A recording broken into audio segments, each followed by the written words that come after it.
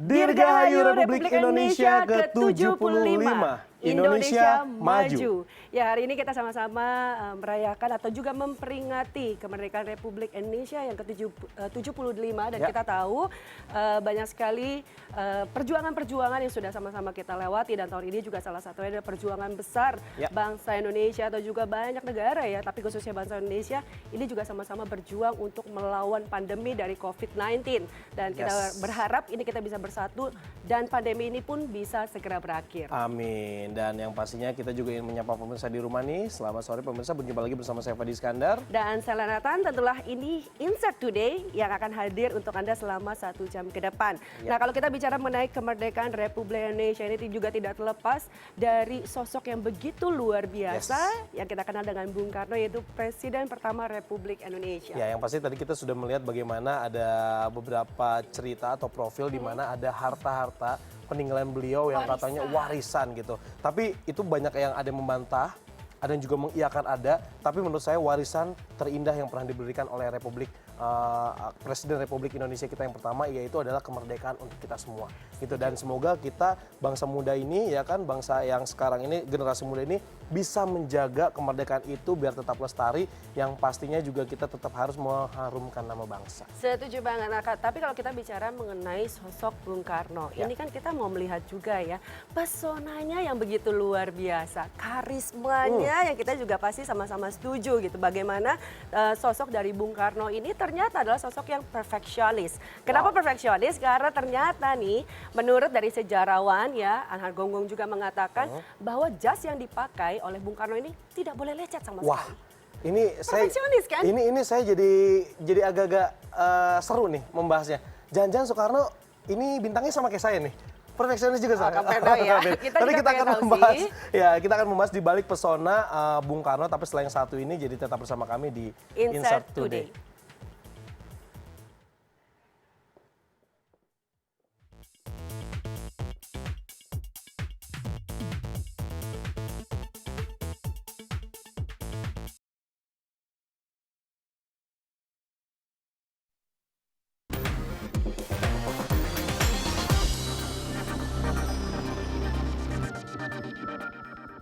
Ya, kalau misalnya berbicara mengenai pesona Bung Karno, ini kita ketahui bahwa Bung Karno itu memang menjadi magnet ya untuk semua orang. Dan kalau misalnya tadi juga Renatan sempat menyebutkan bahwa jasnya aja tuh nggak boleh sampai lecet. Bahwa semua atribut yang dikenakan sama beliau ini itu memiliki arti yang mendalam sekali. Salah satunya ini yang paling aku ingat adalah peci.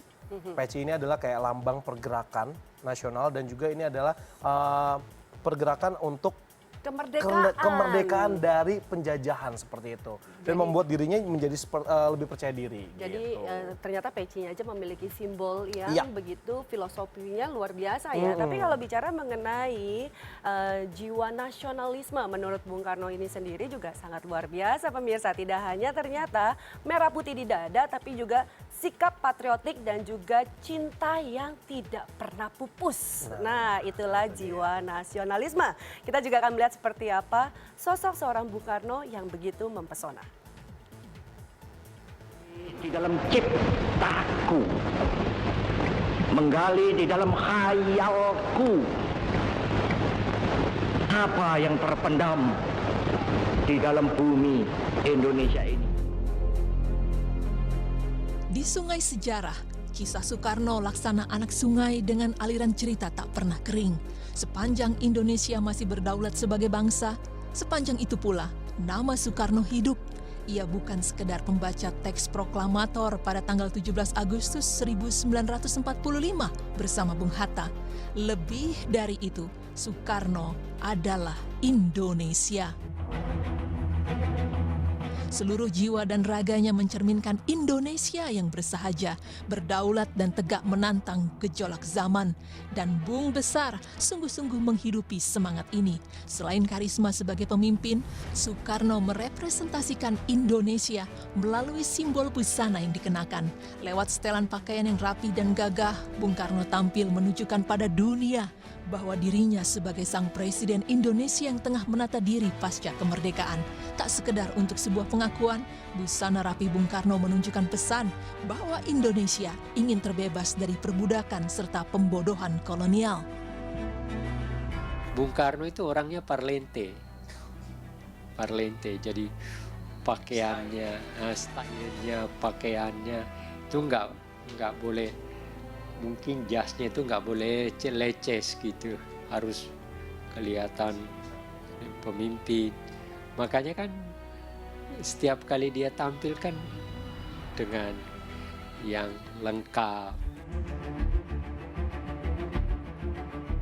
Pesona penampilan Bung Karno adalah magnet yang membius hingga dijuluki sebagai The Indonesia Dandy.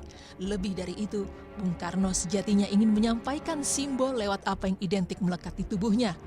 Peci hitam Bung Karno misalnya, sebagai simbol pergerakan nasional yang membuatnya lebih percaya diri dan semangat untuk lepas dari penjajahan. Kopiah itu juga lambang, simbol sebenarnya. Itu yang pada awal perjuangannya juga kopiah ini merupakan simbol khas untuk bangsa Indonesia. Makanya Bung Karno selalu pakai kopiah.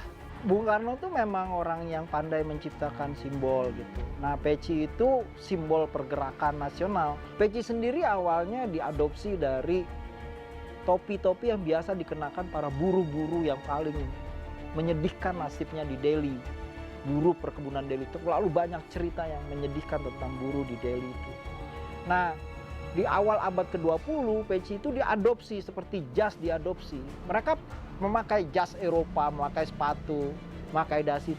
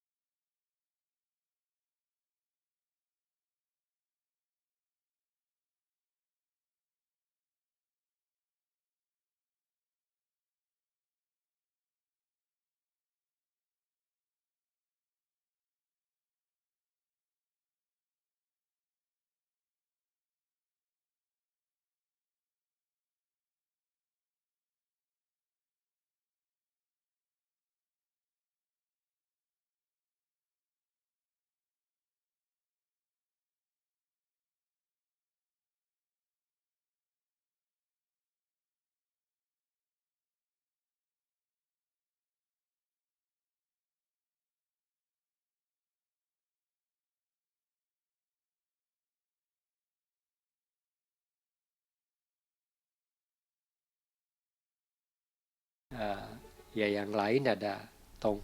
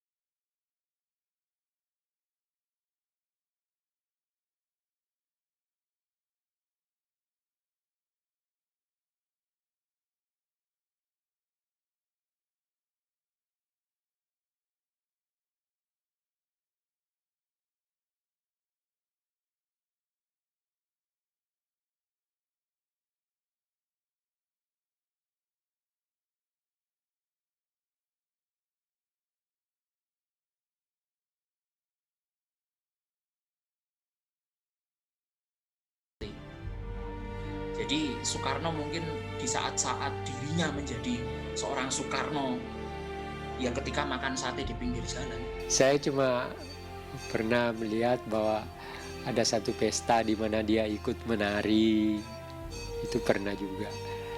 Jadi ketika di Jogja itu pernah kelihatan bahwa dia menari bersama penari-penari yang datang ke istana waktu ada upacara. Ada juga tari lenso, tari bersama itu pernah saya, tapi itu saya nggak lihat, saya cuma ada baca di koran, lihat ada fotonya. 75 tahun setelah proklamasi menggetarkan setiap dada anak Nusantara, Indonesia sebagai sebuah negara berdaulat terus berjalan, tegak meski langkah tak selalu mudah, gagah meski separuh sendi rapuh. Pada titik ini, sejatinya, marilah menggali semangat sang proklamator yang menjadikan Indonesia berdiri kokoh serta diakui hingga ke berbagai penjuru dunia. Setiap kali misalnya ke negara-negara yang memang mempunyai kontak langsung, Aljazair, India, Maroko ketika itu ya, Mesir dan lain-lain ya, nama Soekarno adalah nama yang tidak asing. Itu juga di beberapa negara lain. Karena memang Bung Karno bergaul luas secara internasional dengan Tito misalnya di Yugoslavia, dengan presiden-presiden, dengan Nehru, dengan banyaklah, tidak bisa disebutkan satu-satu. Jadi memang Bung Karno adalah seorang pemimpin yang internasionalis dalam arti pergaulannya gitu. Kalau pikiran-pikirannya tentu sangat nasionalis. Banyak pemimpin-pemimpin pada abad itu, artinya di tahun 60-an, terutama negara-negara Asia Afrika yang baru merdeka dan yang belum merdeka. Itu dekat dengan Bung Karno karena dari konferensi Asia Afrika kedekatan itu berlangsung. Kalau dari negara superpower memang yang dari Presiden Amerika yang paling hormat dan terpengaruh oleh perjuangan Bung Karno itu hanya John F. Kennedy. Kemudian dari Uni Soviet yaitu Nikita Khrushchev itu sangat bersahabat sekali dan sangat suka sekali dengan Bung Karno, sampai apa yang diinstruksikan Bung Karno, walaupun beliau itu pemimpin komunis, tapi tunduk dengan apa yang diinstruksikan Bung Karno.